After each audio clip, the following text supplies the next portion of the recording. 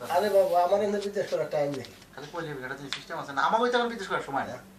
এই যে বিদেশ করতে যাই করতেছি না, তাই করতেছি না।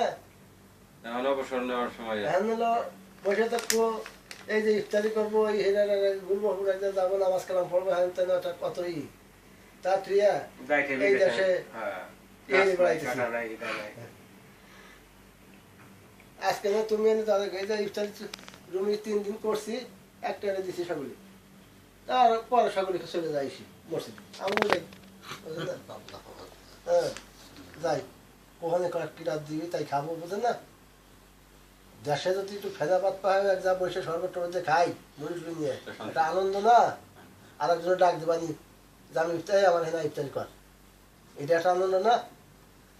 আর এটা যাইতেছি ওই মুরগি মুরগিতে চলে যায় মানুষ, মসজিদে যে বসে থাকে।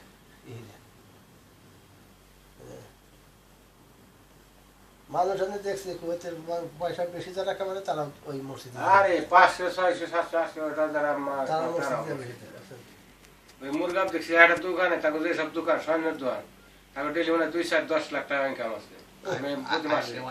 তারা মসজিদ যায় ইফতার করে, তারা 5 টাকা খরচ করে ডেলি ইফতারি করলে কি হয়, কোনো সমস্যা নেই। এই যে মুরগাম যে দোকান করে আছে স্বর্ণের দোকান, কোটি কোটি টাকা মানুষের লেগে এইটা মসজিদে খালি গরিব মাসি না, মসজিদে যে কোনো মাসি ইফতার করতে পারে স্বভাব একসাথে মসজিদ নামাজ পড়লে। ভাত খাওয়ানো সব খাবারই আছে। আমিন ভাই না মতিন ভাই বলছি, আমিন ভাই না মতিন ভাই বলছি।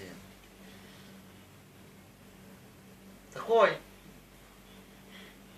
আল্লাহ আল্লাহ, রোজা রমজানের দিনে মিথ্যে কথা কওয়া শুরু করছেন। যাক আল্লাহ, আলহামদুলিল্লাহ আলহামদুলিল্লাহ, খোদা হাফেজ।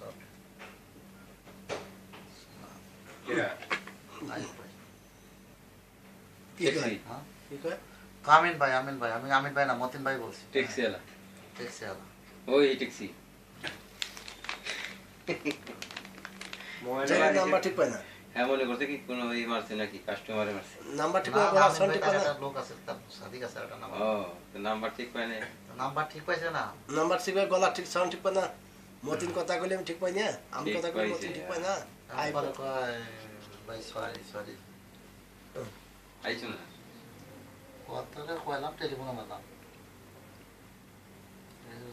সকালবেলা, কালকে পয়সা যাওয়ানি, তারপরে আজকে সকালবেলা গেছিলাম, কি করলাম আপনার কাছে।